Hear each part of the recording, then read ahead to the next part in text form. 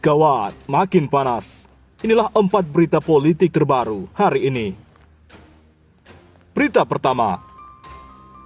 Gawat, Menko Luhut imbau warga 60 tahun ke atas tidak keluar rumah selama 1 bulan ke depan.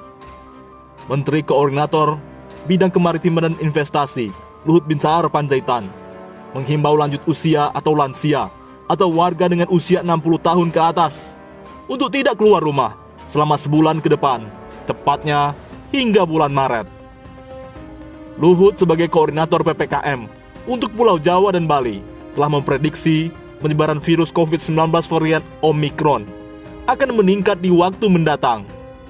Karena itu, imbauan yang dilakukan Luhut merupakan salah satu cara demi mencegah peningkatan penyebaran COVID-19, khususnya varian Omikron yang terus mengintai. Luhut berpesan kepada warga dengan usia 60 tahun ke atas, terutama yang belum divaksin 2 kali, serta memiliki penyakit penyerta atau komorbid untuk tidak keluar rumah terlebih dahulu.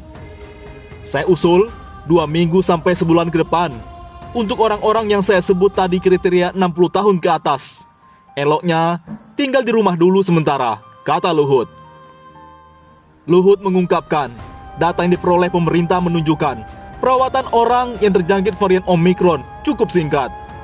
Pemerintah bahkan telah menemukan warga yang meninggal akibat COVID-19 varian Omikron, umumnya merupakan orang-orang dengan kriteria usia 60 tahun ke atas. Meskipun begitu, Luhut juga meminta masyarakat untuk tidak panik dan lebih waspada untuk tetap berada di rumah saja. Netizen pun angkat bicara, ngomong doang, lalu bebas kemana-mana.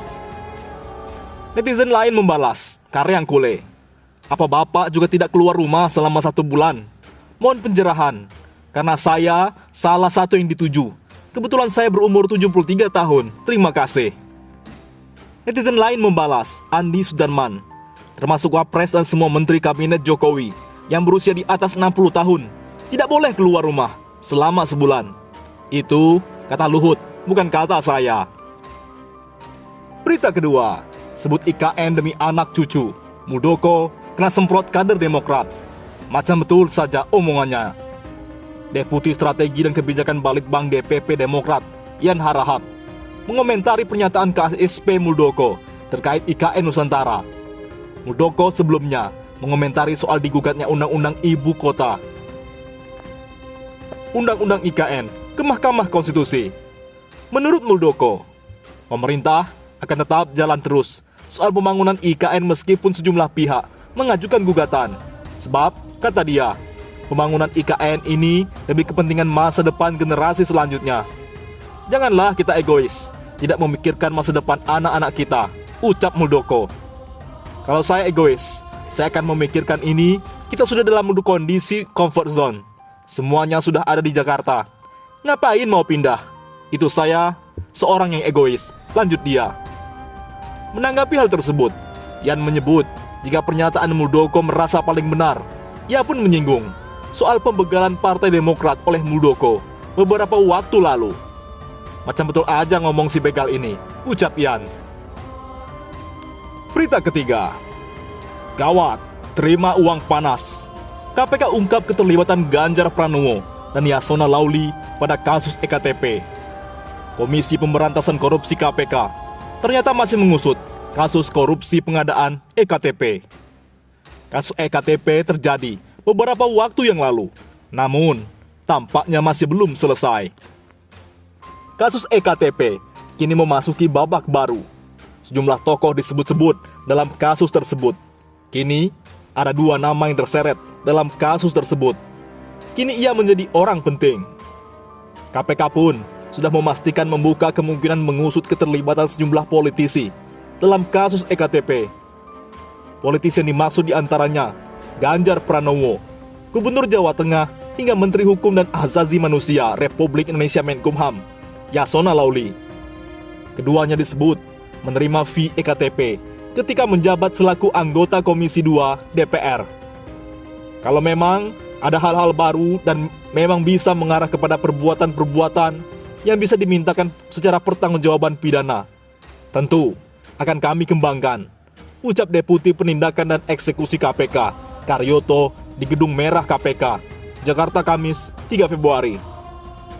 Karyoto mengakui, berdasarkan penyidikan oleh KPK, terdapat sedikitnya 3 klaster yang diduga turut terlibat dalam sengkarut EKTP. Ketiga klaster masing-masing politisi, pejabat pembuat komitmen, dan vendor swasta. Apabila nantinya berdasarkan penyidikan memunculkan temuan baru, ia menyatakan KPK tak segan untuk mengembangkan perkara demi menetapkan tersangka baru. Prinsipnya, ya, nanti kita lihat apakah dengan nanti penyidikan yang ini ada hal-hal temuan baru. Ya, kami memperhatikan, tegas Karyoto. Diketahui nama Ganjar Pranowo hingga Yasona Lawli masuk dalam pusara kasus EKTP. Dalam surat dakwaan mantan Direktur Pengelola Informasi Administrasi Kependudukan Direktur Jenderal Kependudukan dan Pencatatan Sipil Kemendagri Sugiharto dan mantan Direktur Jenderal Kependudukan dan Pencatatan Sipil Irman, Ganjar disebut menerima uang panas EKTP sebesar $520.000 Amerika Serikat. Selain Ganjar, Menkumham Yasona Lawli turut disebut menerima $84.000 Amerika Serikat. Selanjutnya, nama Gubernur Sulawesi Utara Sultra Oli Dondo Kambe yang saat ini menjabat pimpinan Badan Anggaran atau Banggar DPR disebut menerima $1,2 juta Amerika Serikat. Namun, dalam berbagai kesempatan, ketiganya membantah telah menerima uang dari proyek senilai $5,8 triliun tersebut. Berita keempat, tegas, pastikan proses hukum kasus Jenderal Dudung. Jenderal Andika Perkasa akan panggil saksi ahli dan para ulama. Panglima TNI, Jenderal Andika Perkasa memastikan memproses KSAD Jenderal Dudung Abdurrahman terkait dugaan penistaan agama dengan menyebut Tuhan bukan orang Arab. Jenderal Andika Perkasa menyatakan pihaknya konsisten dalam penegakan hukum. Jenderal Andika memastikan telah menindaklanjuti laporan masyarakat yang dilayangkan ke Puspomat. Menurut Jenderal Andika, mereka telah memproses laporan tersebut sejak 31 Januari 2022. Intinya, sama peradilan militer dan umum. Polisi militer sebagai penyidik memiliki kewajiban menindaklanjuti laporan, kata Jenderal Andika Perkasa di Surabaya, Jumat 4 Februari. Andika mengatakan, penyidik akan meminta keterangan lebih dahulu secara langsung kepada pelapor, sebab pihak pelapor ketika melaporkan ke Puspomat hanya berbentuk tertulis. Kita perlu mendengarkan langsung, karena itu prosedur, ujarnya. Selain meminta keterangan dari pelapor, Polisi Militer TNI AD juga akan menghadirkan sejumlah saksi ahli untuk mempelajari konten yang menjadi konteks pelaporan dalam dugaan ujaran kebencian kepada agama ini. Proses-proses permintaan keterangan dari pelapor, kemudian konfirmasi ke beberapa pihak, termasuk hadirkan beberapa saksi ahli untuk memastikan kami pahami konten tuntunan maupun yang diucapkan Jenderal Dudung, tuturnya. Kami pastikan akan tindak lanjuti walaupun temuan itu belum bisa memastikan itu apa yang dilaporkan tertulis ke Puspomat, sehingga kita perlu dengarkan langsung.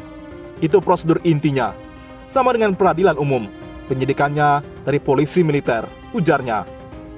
Diketahui, KSAD Jenderal Dudung dilaporkan koalisi ulama, habaib, dan pengacara anti penodaan agama lantaran diduga melakukan penistaan agama karena menyebut Tuhan bukan orang Arab dalam podcast yang diunggah di YouTube Deddy Corbuzier.